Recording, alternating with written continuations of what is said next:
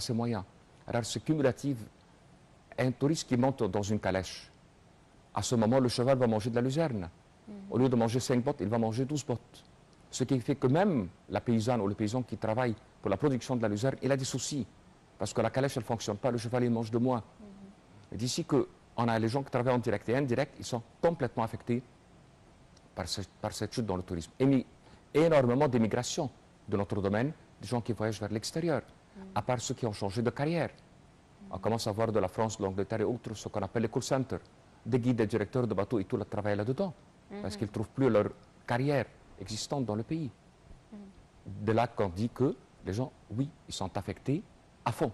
Justement, là, vous parlez d'individus, mais il y a carrément des villes qui ont été touchées par ce secteur-là, comme Aswan ou Luxor, qui dépendent entièrement du tourisme. Aujourd'hui, c'est un triste paysage et une triste vue qu'on a de ces deux villes phares de la culture égyptienne, puisqu'on les voit complètement. On a l'impression que dès qu'il voit un touriste, il court vers le touriste pour essayer de l'attirer, de lui faire voir les choses. C'est de très tristes images. Savez-vous qu'en 25 ans, la population de Luxor, qui était 5 000 habitants, elle a remonté à 250 000 habitants. Cette différence est grâce au tourisme.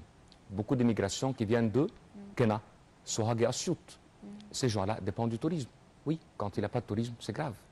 Assouan, qui avait 100 000 habitants, elle a remonté à 1 million d'habitants. Ça, c'est grâce au tourisme. Oui, il y avait d'autres projets chez eux, comme les usines Kima, comme l'eau barrage et autres, mais le tourisme, il a multiplié la population par 10. Et tout ça dépend du tourisme. C'est une chute libre. Et ça, c'est grave, parce que ce sont des très mauvais signes pour la stabilité du pays sur l'an 2013. On ne sait pas à quoi ça peut ramener d'avoir 12% de la population qui manque de revenus, et sur ces gens-là dépendent beaucoup de familles. Quand on regarde des zones comme Hurghada et les gens qui sont de Kena qui travaillent à Hurghada, chaque jeune homme est derrière lui. Ses parents, ses frères, ses sœurs, des neveux et des nièces, c'est grâce à une seule personne que tous ces gens-là vivent. Maintenant, l'argent qui venait du tourisme, qui était versé vers l'État et qui représentait un beau pourcentage du PIB, on l'a perdu. Ce qui veut dire la moitié duquel avec laquelle on achetait les besoins du tourisme, l'autre moitié qui était pour les besoins du pays, elle manque aujourd'hui. Et les devises étrangères aussi. Et voilà. Et voilà.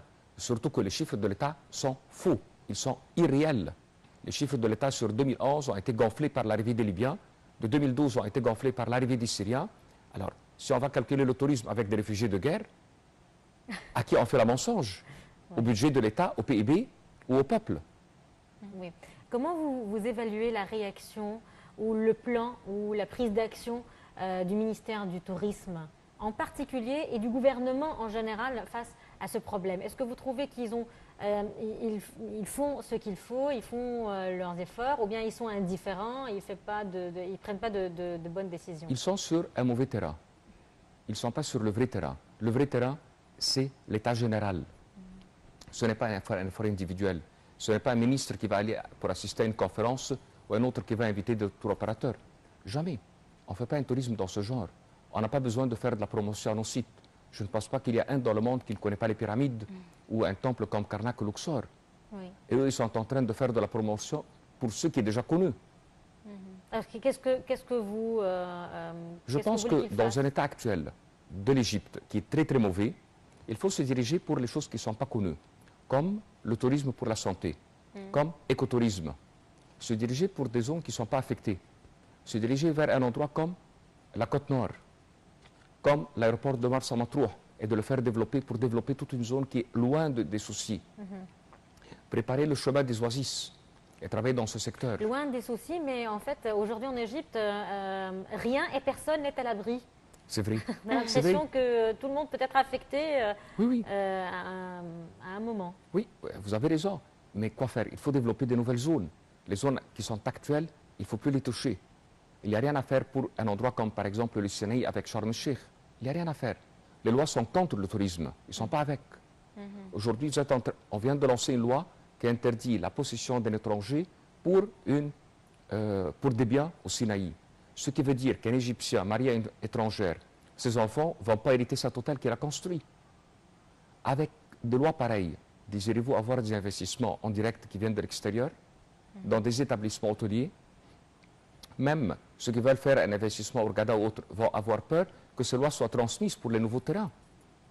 Et de là, il faut avoir une nouvelle prospective, une nouvelle stratégie. Justement, parlons de nouvelle stratégie et nouvelle perspective.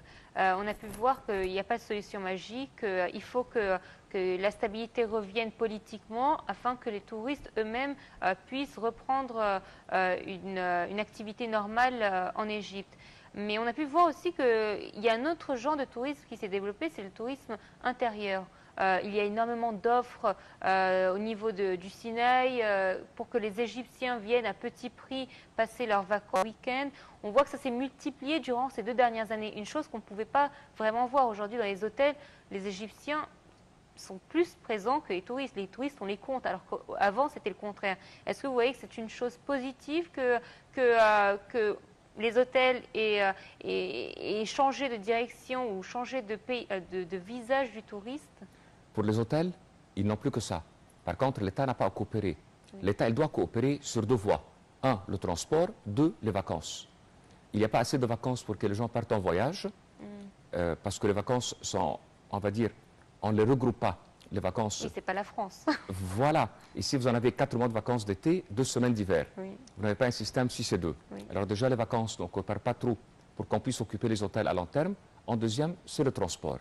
On n'a pas encore les petits appareils, les petits vols qui peuvent fonctionner en privé pour déplacer les gens à des petits prix. Pourtant, il y avait les Smart, non?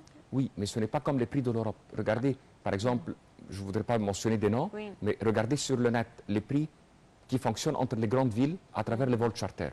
C'est des prix dérisoires. Il y a des villes qui payent les compagnies aériennes pour amener les gens parce qu'ils dépensent. Ici, c'est l'inverse. Regardez les taxes d'aéroport, destructifs. Et aussi, je pense qu'on a en Égypte un problème d'hôtels de 3 étoiles. On a ou bien des hôtels de luxe qui sont très chers, ou bien des hôtels vraiment qui ne sont pas bien. Oui. Et ça, c'est aussi bien un problème d'État. Car ici en Égypte, si vous désirez avoir une nappe, un petit exemple, des draps de lit, c'est soit mauvais, soit très bien. En ce moment, si vous faites un 3 étoiles, ça va être soit un matériel qui est vraiment mauvais, soit avec le même matériel du 5 étoiles. Mais il nous faut un matériel de 3 étoiles. De 3 étoiles. Exactement. D'ailleurs, en Europe, c'est ça la majorité. Ce sont des hôtels très bien. Exactement. Ce qui fait qu'il faut la coopération de l'État pour qu'on puisse avoir une existence du matériel pour des hôtels 1 étoile, 2 étoiles, 3 étoiles, d'une façon à avoir des petits prix et que ce soit des établissements qui ne sont pas coûteux pour mettre l'argent des Égyptiens dans ces établissements. Et ça nous manque. Ça nous manque beaucoup de lois qui aident à l'existence des pensions et des petits hôtels. Ça n'existe pas. En Égypte, si vous voulez faire un petit hôtel, il faut se diriger vers le ministère du Tourisme. Mais ça nous manque de se diriger vers la province elle-même pour avoir des documents et des papiers qui facilitent l'affaire. De toute façon, la question de tourisme, c'est toujours une question importante à aborder. Le temps nous presse. Merci beaucoup d'avoir accepté l'invitation à Bonjour l'Égypte, Monsieur Simon Nassoyer, tour opérateur. Merci beaucoup. Merci à vous. Merci à vous, merci Dina. Alors il faut dire aux téléspectateurs que malgré ce qui se passe dans la rue, on arrive à venir au travail normalement. Bon, c'est vrai qu'il y a des embouteillages, mais bon, ce n'est pas nouveau à l'Égypte. Il faut surtout éviter le vendredi ou lorsqu'il y a des appels à des manifestations de venir au centre-ville. Mais sinon, on arrive quand même à avoir une vie normale. N'ayez crainte, essayez d'éviter juste les rassemblements dans le centre-ville et je pense qu'après tout ira bien. Oui. Merci de nous avoir suivis. Rendez-vous demain à la même heure.